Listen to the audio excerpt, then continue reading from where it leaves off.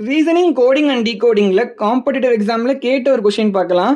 ஓகேவா? 2 number add பண்ணா ஒரு நம்பர் கிடைக்குது. கொஸ்டின் மார்க்ல எந்த நம்பர் வருதுன்னு பார்க்கணும். ஃபர்ஸ்ட் பாருங்க, 20 + 15 = 20ன்னு கொடுத்துருக்காங்க. பிளஸ் இருக்கா, அதை மைனஸா மாத்திக்கோங்க. 20 - 15 எழுதிக்கோங்க.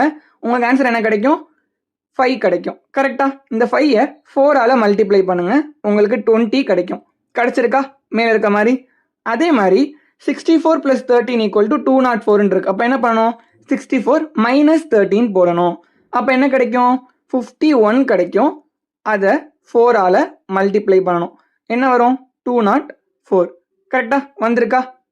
அப்ப நம்ம யூஸ் பண்ற லாஜிக் ஷார்ட்கட் கரெக்ட் தான். ஓகேவா? எல்லாத்துக்குமே ஒரு ரிலேஷன் ஃபாலோ பண்ணணும், அதுதான் ஃபாலோ பண்ணணும். அதே மாதிரி 59 + 28 இருக்கு, -28 போட்டுருவோம்.